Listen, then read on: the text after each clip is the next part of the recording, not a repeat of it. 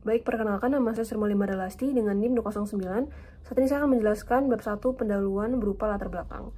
Perjalanan ke wilayah dingin itu memerlukan persiapan khusus karena suhu rendah itu dapat mempengaruhi tubuh, terutama meningkatkan resiko hipotermia dan juga resiko frostbite. Nah, hipotermia itu terjadi ketika suhu tubuh turun drastis dan juga frostbite itu adalah kerusakan jaringan akibat suhu yang ekstrim. Suhu dingin ini juga dapat meningkatkan resiko penyakit pernafasan seperti influenza karena menurunnya daya tahan tubuh. Oleh karena itu, persiapan itu penting seperti pemeriksaan kesehatan, vaksinasi, terutama influenza dan juga pneumonia, serta perlengkapan pelindung. Nah, dengan langkah pencegahan yang tepat, perjalanan dapat dilakukan dengan aman. Mungkin sekian dari saya, dan saya akan berikan kepada rekan saya. Baik, perkenalkan saya Gusti Ayu Putri Juniandra Suhari dengan 3 digit NIM akhir 130. Adapun rumusan masalah pada student project kali ini, yang pertama, bagaimana dampak fisiologis pada tubuh terhadap musim dingin. Yang kedua, apa saja masalah kesehatan yang umum saat musim dingin. Yang ketiga, bagaimana persiapan medis sebelum melakukan perjalanan ketika musim dingin. Dan yang keempat, bagaimana manajemen kesehatan di lapangan saat cuaca dingin. Adapun tujuan dan manfaat pada student project kali ini, untuk tujuannya yaitu pertama mengetahui bagaimana dampak fisiologis pada tubuh terhadap musim dingin, yang kedua mengetahui apa saja masalah kesehatan yang umum saat musim dingin, yang ketiga mengetahui bagaimana persiapan medis sebelum melakukan perjalanan ketika musim dingin, yang keempat mengetahui bagaimana manajemen kesehatan di lapangan saat cuaca dingin. Adapun manfaat pada student project kali ini, yaitu meningkatkan pengetahuan mengenai dampak fisiologis musim dingin pada tubuh dan memberikan informasi tentang masalah kesehatan yang sering terjadi selama musim dingin, dan juga meningkatkan kesadaran masyarakat mengenai persiapan medis sebelum perjalanan ke daerah bersuhu dingin, serta memberikan panduan manajemen kesehatan selama cuaca dingin di lapangan. Baik, sebelumnya perkenalkan nama saya Nyaman Katika Malini dengan 3 digit NIM terakhir 180. Izin untuk melanjutkan mengenai definisi dan juga jenis dari iklim dingin. Iklim dingin merupakan iklim yang terdapat pada wilayah yang berada pada garis lintang 66,5 derajat lintang utara sampai dengan 90 derajat lintang utara dan juga 66,5 derajat lintang selatan sampai dengan 90 derajat lintang selatan. Iklim dingin hanya terdapat pada daerah kutub. Pada daerah kutub akan mengalami musim dingin yang panjang, sementara musim panas dengan udara yang sejuk hanya akan terjadi secara singkat. Pada wilayah kutub, kelembapan udara dominan kering dan saat musim dingin di wilayah ini akan tertutup es atau salju. Wilayah iklim dingin banyak dijumpai pada belahan bumi bagian utara, yaitu Amerika Utara, Greenland, dan pantai utara Siberia. Sedangkan pada belahan bumi bagian selatan, yaitu pada bagian Antartika. Iklim dingin dikenal memiliki beberapa jenis, yaitu iklim tundra dan iklim es atau iklim kutub dengan ciri-ciri yang berbeda. Pada iklim tundra memiliki ciri-ciri musim dingin yang berlangsung lama dengan periode yang cukup lama. Pada saat musim panas, iklim sejuk hanya akan terjadi secara singkat. Pada iklim tundra memiliki kelembaban udara kering dan dapat dijumpai di wilayah Amerika Utara, pulau-pulau di bagian Kanada, pantai selatan Greenland, dan pantai utara Siberia. Pada iklim es atau iklim kutub memiliki ciri-ciri suhu yang sangat rendah dalam periode waktu yang cukup lama hingga terbentuk salju abadi, dan iklim kutub dijumpai di wilayah kutub utara atau Greenland dan kutub selatan di wilayah Antartika. Perkenalkan, nama saya Muhammad Alvaro, 3 digit NIM terakhir 233. Saya akan menjelaskan faktor lingkungan. Pertama, untuk suhu ekstrim, saya pilih kondisi ekstrim di Antartika. Suhu tahunannya bisa mencapai minus 10 derajat Celcius di pesisir hingga minus 60 derajat Celcius di pedalaman. Dan suhu terendah yang tercatat bisa mencapai minus 89,2 derajat Celcius di stasiun Vostok 21 Juli 1983. Selanjutnya ada faktor angin katabatik, yaitu angin yang terbentuk dari udara dingin dan padat yang mengalir menuruni bukit. Kecepatannya itu bisa mencapai lebih dari 100 km per jam selama berhari-hari dengan hembusan lebih dari 200 km per jam yang tercatat. Ini adalah kasus-kasus yang lebih ekstrim. Selanjutnya adalah salju melayang dan bertiup. Itu salju melayang adalah angin yang di atas 30 km per jam di bawah ketinggian mata, serta angin bertiup adalah angin yang di atas 60 km per jam di atas ketinggian mata. Salju bertiup inilah yang dapat mengurangi jarak pandang dan membuat kondisi sulit dilihat. Terakhir ada faktor badai salju dengan syarat angin badai selama lebih dari 1 jam, suhu di bawah 0 derajat Celcius, jarak pandang di bawah 100 meter. Dan dampaknya itu bisa berbahaya dan mengganggu aktivitas luar ruangan dan bisa berlangsung selama berhari-hari. Sekian dari saya. Perkenalkan, nama saya Regina Flora Watupulo dengan 3 digit terakhir 656. Manusia memiliki berbagai cara untuk beradaptasi terhadap suhu dingin, terutama di wilayah dengan iklim yang ekstrim. Adaptasi ini mencakup perpaduan strategi fisiologis, perilaku, dan juga arsitektural yang disesuaikan dengan lingkungan lokal, mencerminkan kemampuan manusia untuk hidup dalam kondisi ekstrim. Berbagai contoh negara yang ada di sekitar kita yaitu contohnya di Lhasa. Suhu nyaman adalah 7,6 derajat, di mana ini lebih tinggi dari rata-rata suhu ruangan. Lalu penduduk Tibet yang toleransi tinggi terhadap suhu dingin dan dengan menggunakan pakaian yang tradisional yang tebal. Lalu juga Hangzhou, suhu nyaman terendah adalah 15 derajat, dan juga di Nepal suhu dingin dipengaruhi oleh faktor budaya dan juga geografis nyaman untuk memiliki suhu yang lebih rendah. Baik, singkat saya untuk melanjutkan, perkenalkan saya Muhammad Zulfikar Akbar dengan 3 digit NIM terakhir 138. Di sini saya melanjutkan untuk risiko hipotermia dan juga frostbite. Jadi untuk hipotermia sendiri itu merupakan kondisi di mana suhu tubuh itu kurang dari 35 derajat. Untuk insiden hipotermia biasanya itu terjadi kasusnya di negara-negara berkembang yang memiliki musim dingin. Dan untuk jenisnya sendiri dari hipotermia itu dibagi menjadi 3, ringan, sedang, dan berat. Untuk ringan itu sekitar suhu tubuh 32-35 derajat Celcius. Kemudian untuk sedang itu sekitar 28-32 derajat Celcius. Dan untuk berat itu apabila suhu tubuh kurang dari 28 derajat Celcius. Kemudian untuk mekanismenya sendiri, hipotalamus ini akan menginduksi vasokonstriksi sebagai bentuk pertahanan dari terpaparnya suhu yang dingin dan juga akan membuat mekanisme menggigil. Dan apabila terus dibiarkan, hipotalamus ini responnya akan semakin memburuk dan bisa menimbulkan bradikardia, hipotensi, dan juga vasokonstriksi ginjal. Kemudian untuk frostbite sendiri, definisinya adalah merupakan cedera kulit yang diakibatkan karena suhu yang sangat-sangat dingin. Kemudian untuk angka kejadiannya pada traveler sebenarnya cukup rendah, dan yang paling sering itu justru terjadi pada anggota militer, cukup tinggi yaitu sekitar 15 banding 100.000 kasus. Hal ini menunjukkan bahwa frostbite sendiri itu masih bisa terjadi pada traveler apabila tidak memiliki persiapan yang cukup ketika ingin pergi ke tempat atau wisata yang cukup dingin. Jadi untuk mekanisme frostbite sendiri itu ketika suhu kurang dari minus 4 derajat Celcius akan terbentuk kristal di dalam darah, dan mekanisme vasokonstriksi juga dapat menyebabkan trombosis kapiler yang nanti apabila dibiarkan itu akan berakhir pada nekrosis sel. Om Swastiastu. Perkenalkan, nama saya Putri Revelina Anggadana dengan digit NIM terakhir 030. Selanjutnya saya akan menjelaskan mengenai pengaruh pada sistem organ tubuh. Musim dingin memiliki dampak yang berbeda pada berbagai sistem organ tubuh. Paparan yang berkepanjangan juga dapat mempengaruhi sistem kerja organ tubuh, seperti ada gangguan pada organ-organ tertentu. Yang pertama contohnya kardiovaskular. Bila terdapat suhu rendah menyebabkan terjadinya vasokonstriksi. Dampak suhu dingin dapat memperburuk respon tubuh dan meningkatkan risiko terjadinya aritmia dan juga serangan jantung. Selanjutnya, pada respirasi, suhu rendah dapat menyebabkan iritasi pada saluran pernafasan atas yang menyebabkan penyempitan bronkus. Udara dingin dapat memperburuk inflamasi dan saluran pernafasan dan meningkatkan produksi mukus. Selanjutnya, pada muskuletal, suhu rendah menyebabkan otot menjadi lebih kaku, lebih rentan mengalami cedera.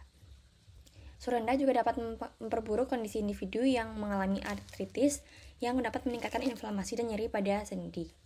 Selanjutnya, pada saraf, kedinginan yang cukup ekstrim dapat menyebabkan penurunan fungsi neurologis, termasuk gangguan sensorik dan motorik. Paparan suhu yang rendah berpotensi menyebabkan hipotermia, delirium, hingga cedera saraf perifer. Sekian yang dapat saya sampaikan oleh teman saya. Terima kasih.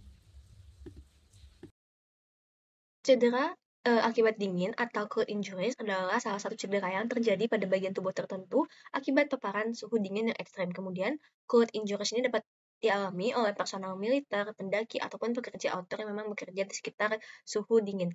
Gejalanya mulai bervariasi seperti terasa dingin pada saat disentuh, kemudian menggigil, kesadaran menurun, tidak responsif, bicara tidak jelas, tanpa apatis, bingung, atau bertindak tidak rasional, bibir berwarna kebiruan, denyut nadi lambat, tidak teratur, atau sulit terdeteksi, serta kulit jauh lebih pucat daripada biasanya. Pengobatan untuk cold injuries ini tergantung pada tingkat keparahannya. Biasanya ada yang menggunakan air hangat saja, adapun dengan NSAID atau ibuprofen. Dalam kasus cedera berat, bisa dilakukan amputasi ataupun debridement. Sekian dari saya. Selanjutnya yaitu penyakit pernapasan. Influenza adalah penyakit menular yang menyerang sistem pernapasan dan disebabkan oleh virus influenza. Di negara tropis seperti Indonesia, penyakit ini dapat terjadi sepanjang tahun dengan peningkatan kasus biasanya selama musim hujan. Gejalanya meliputi demam, pegal-pegal, lelah, lesu, bersin-bersin, serta nyeri otot dan persendian yang sering mengganggu aktivitas sehari-hari.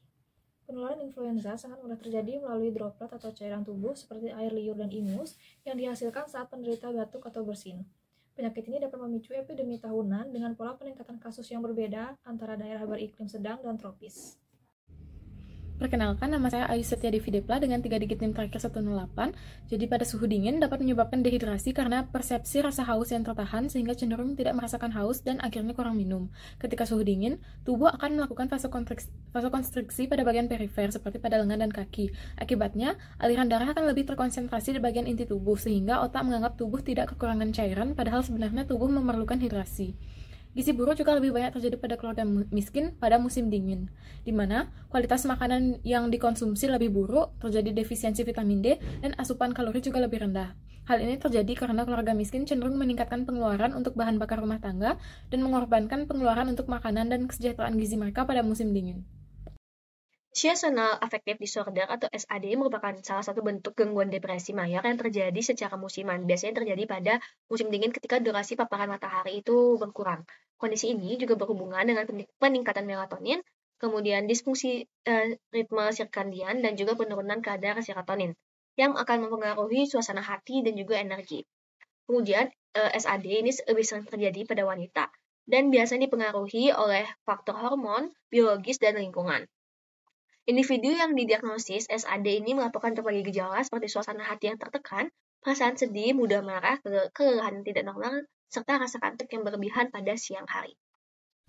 Perkenalkan, nama saya Niko Manggulasri Agustin dengan 3 digit NIM terakhir 004. Jadi pemeriksaan kesehatan sebelum melakukan perjalanan ke daerah yang iklim dingin itu sangat perlu untuk dilakukan guna memastikan kesiapan tubuh untuk beradaptasi terhadap suhu dingin dan juga lingkungan yang baru. Namun sebelum itu perlu dilakukan konsultasi terlebih dahulu untuk mempersiapkan para wisatawan menghadapi masalah-masalah kesehatan yang mungkin timbul selama melakukan perjalanan. Pemeriksaan kesehatan yang dilakukan akan mempertimbangkan latar belakang kesehatan, rencana perjalanan, jangka waktu, tujuan, serta aktivitas yang dilakukan oleh para wisatawan. Selama melakukan penggalian riwayat kesehatan, pastikan juga usia, alergi, obat-obatan, dan juga ada tidaknya riwayat penyakit. Dengan memperhatikan juga kondisi khusus seperti pada ibu menyusui, pasien dengan penyakit kardiovaskular, cerebrovaskular, disabilitas, kehamilan, dan juga pasien-pasien geriatri.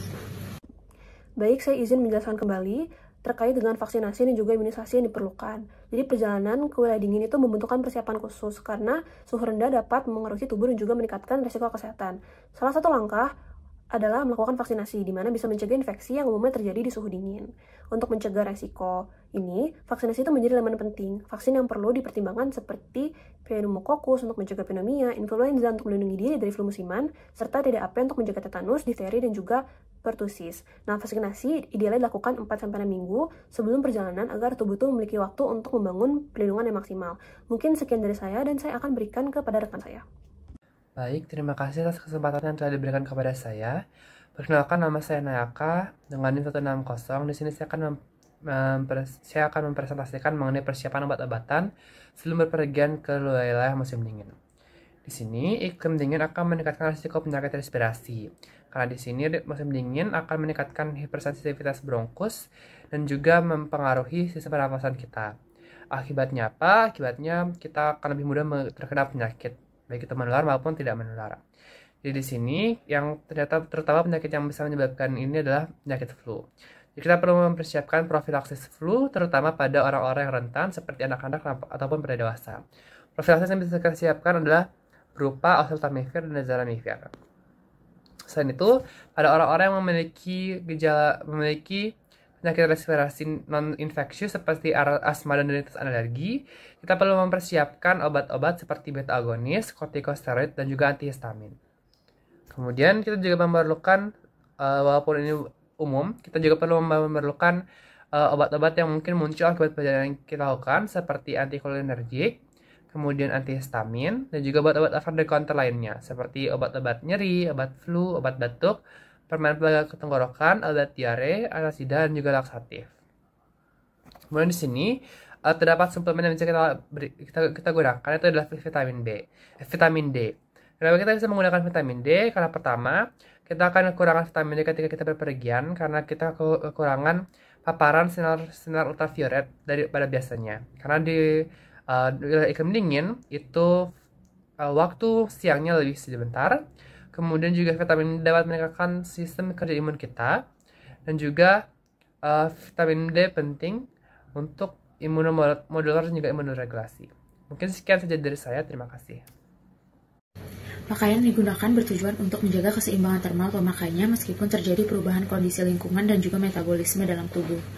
Pakaian yang digunakan akan membatasi laju perpindahan panas antara tubuh manusia dengan lingkungannya, serta melindungi tubuh dari angin tanpa mempengaruhi pergerakan. Saat ingin melakukan perjalanan ke tempat dengan iklim dingin, gunakan pakaian hangat seperti mantel ataupun jaket yang jahitannya itu rapat dan juga tahan terhadap angin.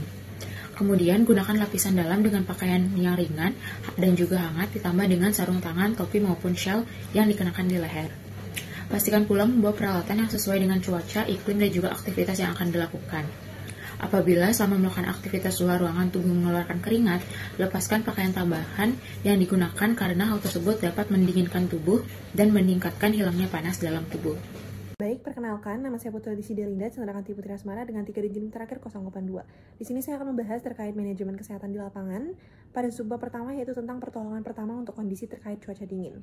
Pertolongan pertama untuk masalah akibat cuaca dingin ini tujuannya adalah untuk mencegah kondisi serius seperti hipotermia, frostbite, dan juga chilblains. Yang dimana jika seseorang menunjukkan tanda-tanda hipotermia seperti menggigil hebat, kebingungan, atau kulit pucat, segera pindahkan ke tempat hangat dan kering, ganti pakaian basah yang kering dan berikan selimut untuk menjaga suhu tubuhnya. Panaskan suhu tubuh secara bertahap dengan memberikan minuman hangat yang non-alkohol atau menggunakan botol air hangat yang diletakkan di dada dan leher, namun hindari panas langsung agar tidak melukai kulitnya. Kemudian jika mengalami frostbite, yang dimana sering terjadi pada jari tangan, kaki, hidung, atau telinga, membutuhkan penanganan yang hati-hati. Dimana jika kulit tampak memutih atau kebiruan, hindari menggosok area tersebut karena dapat memperparah kerusakan jaringan. Rendam bagian yang terkena dalam air hangat sekitar 37 dan sampai 40 derajat Celcius selama 15-30 menit untuk membalikan aliran darah secara perlahan. Setelahnya, lindungi kembali area tersebut dengan kain kering bersih, dan hindari paparan dingin lebih lanjut. Dan yang terakhir mungkin untuk chilblains, yang mana ini sering terjadi dan ditandai dengan kulit merah gatal atau bengkak akibat paparan dari dingin yang lembab. Hangatkan area yang terdampak secara perlahan. Gunakan kain hangat dan hindari pemanasan langsung seperti api atau air panas, dan oleskan pelembab untuk mengurangi iritasi dan pastikan area tersebut tetap kering. Mungkin sekian dari saya lanjutkan ke teman saya. Perkenalkan, nama saya Muhammad Alvaro, 3 digit terakhir 233. Sekali lagi, ini saya jelaskan nutrisi dan hidrasi selama perjalanan. Ini lebih ke tindakan pencegahan dan keamanan. Untuk makanan, itu pertama hindari makanan suhu ruangan yang karena bakteri banyak berkembang pada suhu 20 hingga 140 derajat Fahrenheit. Terus pastikan beli makanan yang panas dan matang, serta hindari hewan buruan lokal seperti kelelawar atau monyet untuk mencegah kontaminasi penyakit zoonosis. Untuk minuman, itu hindari konsumsi air keran yang mentah, pastikan disinfeksi dengan merebus, menyaring, atau diolah secara kimia. Terus hindari minuman dengan es batu. Terus ketika membeli minuman kemasan, pastikan sudah tersegel pabrik. Dan saat membeli susu, pastikan berlabel susu pasteurisasi. Sekian dari saya. Baik, terima kasih atas kesempatannya. Sebelumnya perkenalkan, saya Danindra Kansastia Ningrum dengan 3 digit yang terakhir 104. Di sini saya akan menjelaskan mengenai strategi untuk mempertahankan suhu tubuh. Yang pertama yang dapat dilakukan adalah dengan menggunakan pakaian yang berlapis, yaitu dengan 3 lapisan, lapisan dalam, tengah, dan juga luar. Dan hal ini digunakan untuk memberikan fleksibilitas menghadapi perubahan cuaca, baik dingin maupun panas. Lalu selanjutnya adalah mengurangi kehilangan panas, di mana dapat menghindari kontak langsung dengan permukaan dingin, dan juga dapat menggunakan aksesori seperti sarung tangan, shawl, dan juga topi, dan pakaian berbahan isolasi untuk melindungi bagian tubuh yang rentan. Lalu selanjutnya adalah meningkatkan produksi panas metabolik, di mana hal ini dapat dilakukan dengan melakukan aktivitas fisik yang dapat meningkatkan metabolisme tanpa harus berkeringat secara berlebihan agar tubuh tetap dapat hangat tanpa kehilangan cairan. Selanjutnya adalah melindungi bagian tubuh yang rentan, di mana di sini dapat dilakukan dengan memastikan bagian tangan, kaki, dan juga kepala dapat terlindungi dengan perlengkapan termal seperti sarung tangan tebal, kaos kaki termal, dan juga lain-lain. Lalu selanjutnya adalah mengonsumsi makanan dan juga minuman hangat. Di sini minuman hangat seperti teh ataupun sup dapat membantu meningkatkan suhu tubuh dari dalam, dan juga makanan yang tinggi energi seperti karbohidrat kompleks ataupun lemak dapat mendukung produksi panas yang alami. Lalu yang selanjutnya adalah tetap terhidrasi. Di sini dapat dilakukan dengan meminum air yang cukup untuk mendukung sirkulasi darah dan juga dapat menjaga mekanisme pengaturan suhu tubuh tetap optimal. Selanjutnya adalah mengoptimalkan suhu pada lingkungan. Di sini bisa dilakukan dengan menggunakan selimut termal, pemanas ruangan, ataupun bantalan pemanas untuk memastikan lingkungan sekitar tetap mempertahankan suhu yang optimal. Selanjutnya adalah dapat menghindari angin dan juga kelembapan. Di sini bisa dilakukan dengan menggunakan pakaian yang tahan angin, dan juga pastikan untuk segera mengganti pakaian Anda jika pakaian tersebut sudah basah untuk mencegah hilangnya panas tubuh akibat angin ataupun evaporasi. Baik, mungkin sekian saya berikan kepada rekan saya. Terima kasih. Perkenalkan, nama saya Ayu Setia Devi Depla dengan 3 digit NIM terakhir 108. Saya akan menjelaskan tentang populasi rentan dan butuh pertimbangan khusus, yaitu anak-anak, lansia, dan juga orang dengan penyakit kronis. Baik, untuk anak-anak sangat rentan mengalami penyakit akibat paparan suhu dingin, misalnya pipi kemerahan, dingin, nyeri, dan kesemutan pada pipi, kemudian kemerahan pada hidung dan hidung berair, kemudian kemerahan dan nyeri pada telinga, kemudian nyeri dan kesemutan pada jari tangan dan kaki. Pada orang lansia, seiring bertambahnya usia, lansia cenderung tidak menyadari jika tubuhnya mulai kedinginan, sehingga itu dapat menjadi masalah bagi kesehatan mereka. Beberapa risiko yang sering terjadi pada lansia antara lain jatuh karena permukaan yang licin, frostbite, dan juga hipotermia. Selain itu, untuk penyakit dengan individu kronis, seperti PPOK juga perlu mempertimbangkan apabila ingin berpergian ke iklim dingin, di mana suhu dingin ini berkaitan erat dengan eksaserbasi dari PPOK. Perkenalkan kembali, nama saya Regina Fornapitupulu dengan 3 digit terakhir 056. Paparan suhu ekstrim selama kehamilan, termasuk suhu dingin, dapat mempengaruhi kesehatan ibu dan janin. Oleh karena itu, ibu hamil yang harus berpergian ke wilayah dingin disarankan untuk mempersiapkan diri dengan baik, termasuk mengenakan pakaian hangat yang memadai, memantau kesehatan secara teratur, dan menghindari aktivitas yang berpotensi meningkatkan stres fisik.